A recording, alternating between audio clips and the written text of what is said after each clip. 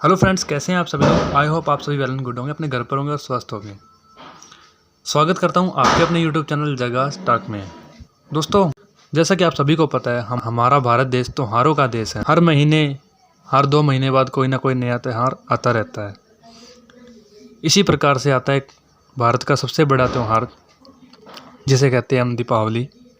दीपावली के ठीक बाद आता है गोवर्धन, उसके ठीक बाद आता है भैया दूज।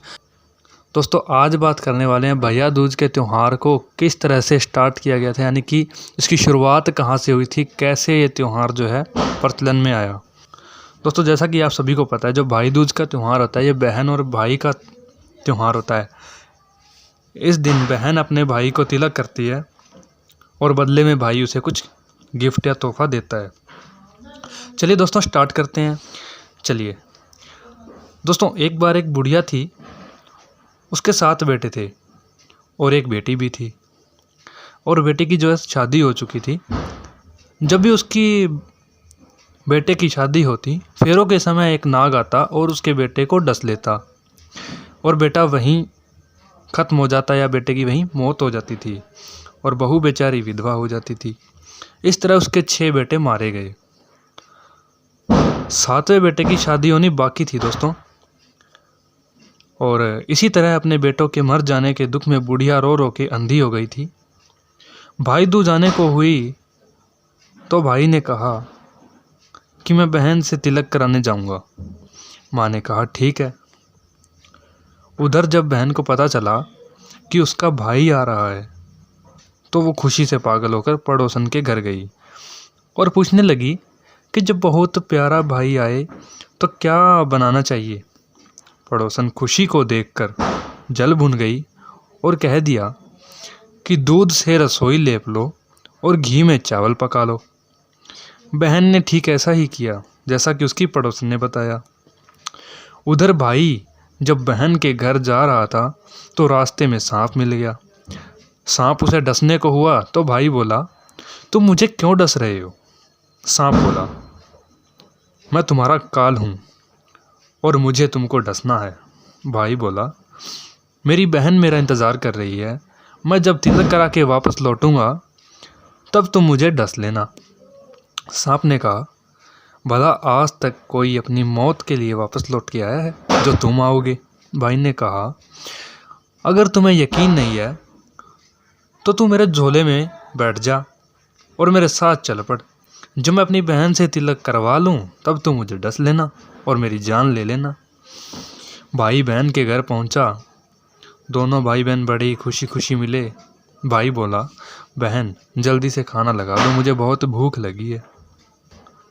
अब बहन बेचारी क्या करे, ना तो दूध की रसोई लिपे और ना ही घी में चावल पके। भाई ने पूछा, बहन इतनी देर क्यों लग रही है, तू क्या पका रही है। तब बहन ने बताया कि ऐसे ऐसे किया है। भाई बोला, पगली, कभी घी में चावल पके हैं या दूध से कोई रसोई लिपी है। गोबर से रसोई लिपती है और दूध में चावल पकाया जाता है। बहन ने ठीक ऐसा ही किया। खाना खाने के बाद भाई को जोर से नींद आने लगी। इतने में बहन के बच्चे आ गए। बोले, मामा मामा हमारे लिए क्या लाए हो। भाई बोला, मैं तो कुछ नहीं लाया। बच्चे ने वो झोला ले लिया जिसमें सांप रखा था। जैसे ही उस बच्चे ने झोले को खोला, उसमें से दोस्तों एक हीरे का हार निकलता है। बहन ने कहा, भैया तुमने मुझे बताया नहीं कि तुम मेरे लिए इतना सुंदर हीरो का हार लेकर आए हो। भाई बोला, बहन अगर तुझे पसंद है तो तू इस हार को रख ले, मुझे हार का क्या करना है। अगले दिन भाई बोला, अब मुझे जाना है, मेरे लिए खाना रख दे। बहन ने उसके लिए लड्डू बना के डब्बे में रख दिए। भाई कुछ दूर जाकर थक कर एक पेड़ के नीचे सो गया। उधर बहन के जब बच्चों को भूख लगी तो माँ ने कहा कि खाना दे दो। तो बच्चों ने माँ से कहा कि खाना दे दो। माँ ने कहा, खाना बनने में अभी देर है। तो बच्चे बोले कि मामा को जो रखा है वही दे दो। तो वो बोली कि लड्डू बनाने के लिए बाजरा पिसा था, वही बच्चा पड़ा है, चाकी के अंदर जाकर खा लो। बच्चों ने देखा कि चाकी में तो सांप की हड्डियाँ पड़ी है। यही बात माँ को आकर बताई तो वो बड़ी बावड़ी सी हो गई। भाई के पीछे भागी रास्ते भर लोगों से पूछती कि किसी ने मेरा गेल बटोई देखा है, कि किसी ने मेरा भाई देखा है, किसी ने मेरा पगला सा भाई देखा है। तब एक ने बताया कि कोई लेटा हुआ है पेड़ के नीचे, देख लो, कहीं वही तो आपका भाई नहीं है। अपने वो भागी भागी पेड़ के नीचे पहुंची और अपने भाई को नींद से उठाया। भैया, कहीं तूने मेरे लड्डू तो नहीं खा लिए? भाई बोला, ये ले तेरे लड्डू, नहीं खाए मैंने, ले दे के लड्डू ही तो दिए थे, उसके भी पीछे आ गई। बहन बोली, नहीं भाई, तू झूठ बोल रहा है, ज़रूर तूने खाया है, अब तो मैं तेरे साथ चलूँगी।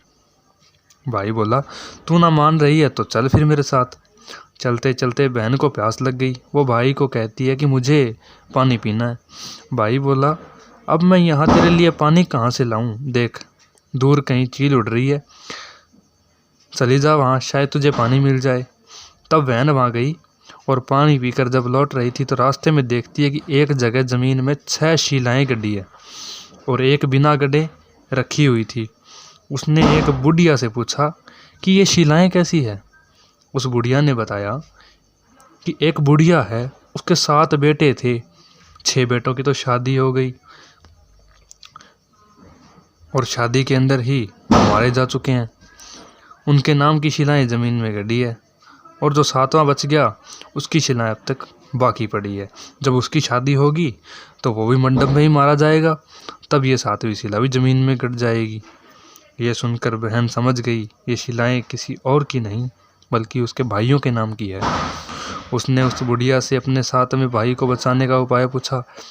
बुढ़िया ने उसे बतला दिया कि वो अपने 7वें भाई से अपने बाल खुले करके पागलों की तरह अपने भाई को गालियाँ देती चली जाए। अब भाई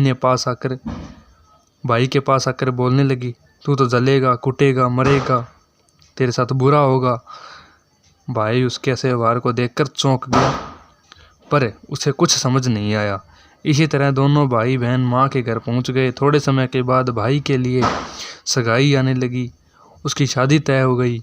जब भाई को सहरा पहनाने लगे तो वो बोली, इसको क्या सहरा बांधेगा, सहारा तो मैं बनूंगी, ये तो जलेगा, मरेगा। सब लोगों ने परेशान होकर सहरा बहन को दे दिया। बहन ने देखा उसमें कलंगी की जगह सांप का बच्चा था। बहन ने उसे निकाल के फेंक दिया। अब जब भाई घोड़ी पे चढ़ने लगा, बहन फिर बोली, ये घोड़ी पे क्या चढ़ेगा, घोड़ी पर तो मैं बैठूंगी, ये तो जलेगा, मरेगा, इसकी लाश को चील कौवे खाएंगे। सब लोग परेशान हो गए, सभी ने उसे घोड़ी पर भी चढ़ने दे दिया।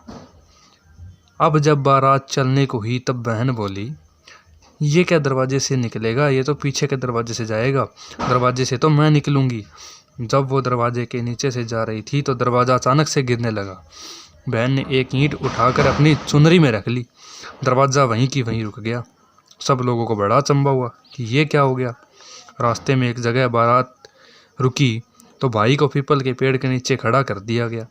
बहन कहने लगी, ये क्यों छाँव में खड़ेगा, ये तो धूप में खड़ा होगा, छाँव में तो मैं खड़ी होंगी। जैसे ही वो पेड़ के नीचे खड़ी हुई, पेड़ गिरने लगा। बहन ने एक पत्ता तोड़कर अपनी चुनरी में रख लिया, पेड़ वहीं की वहीं रुक गया। अब तो सबको विश्वास हो गया कि ये बावली कोई जादू टोना सीख कर आई है जो बार बार अपने भाई की रक्षा कर रही है। ऐसा करते करते फेरों का समय आ गया। जब दुल्हन आई तो उसने दुल्हन के कान में कहा, अब तक तो तेरे पति को बचा लिया, अब तू ही अपने पति को साथ में ही अपने मरे हुए जेठों को भी बचा सकती है। फेरों के समय एक नाग आया, वो जैसे ही दूल्हे को डसने को हुआ, दुल्हन ने उसे एक लोटे में भर के ऊपर से प्लेट से बंद कर दिया। थोड़ी देर बाद नागिन लहर लहर करती आई, दुल्हन से बोली, तू मेरा पति छोड़ दे। दुल्हन बोली, पहले तू मेरा पति छोड़। नागिन ने कहा, ठीक है, मैंने तेरा पति छोड़ दिया। दुल्हन, ऐसे नहीं, पहले 3 बार बोल। नागिन ने 3 बार बोला, फिर बोली कि अब मेरे पति को छोड़। नागिन ने बोला कि मैंने 3 बार बोल दिया, अब तू मेरे पति को छोड़। दुल्हन बोली, एक मेरे पति से क्या होगा, हंसने बोलने के लिए जेठ भी तो होना चाहिए। एक जेठ भी छोड़ दिया नागिन ने। फिर दुल्हन ने कहा, एक जेठ से लड़ाई हो गई तो एक और जेठ छोड़, वो विदेश चला गया तो तीसरा जेठ भी छोड़। इस तरह एक एक करके दुल्हन ने 6 जेठ भी जीवित करवा लिए। उधर रो रो के बुढ़िया का बुरा हाल कि अब तो मेरा 7वां बेटा भी बाकी बेटों की तरह मारा जाएगा। गांव वालों ने उसे बताया कि उसके साथ बेटा और बहुएं आ रही हैं। तो बुढ़िया बोली, अगर ये बात सच है तो मेरी आंखों में रोशनी वापस आ जाए और मेरे सीने से दूध की धारा बहने लगे। ऐसा ही हुआ। अपने साथों बहू बेटे को साथ में देखकर वो बहुत खुश हो गई। बोली, ये सब तो मेरी बावली का किया है, कहाँ है मेरी बेटी? सभी बहन को ढूंढने लगे। देखा तो वो भुस्से की कोठरी में सो रही थी। जब उसे पता चला कि उसका भाई सही सलामत है तो वो अपने घर को चली। उसके पीछे पीछे सारी लक्ष्मी भी जाने लगी। बुढ़िया ने कहा, बेटी पीछे मुड़ के देख, तू सारी लक्ष्मी ले जा रही है, तेरे भाई भाभी क्या खाएंगे? तब बहन ने पीछे मुड़ के देखा और कहा, जो माँ ने अपने हाथों से दिया वही मेरे साथ चले, बाकी का भाई भाभी के पास ही रह जाए। इस तरह एक बहन ने अपनी भाई की रक्षा की। दोस्तों, अगर आपको ये भाई दूज की कथा अच्छी लगी, पसंद आई, तो वीडियो को लाइक ज़रूर कर देना। अगर वीडियो पसंद आए तो चैनल को सब्सक्राइब भी ज़रूर कर देना। दोस्तों, नोटिफिकेशन के घंटे को दबाना मत भूलना ताकि नए नए वीडियो का नोटिफिकेशन आप तक मिलता रहे।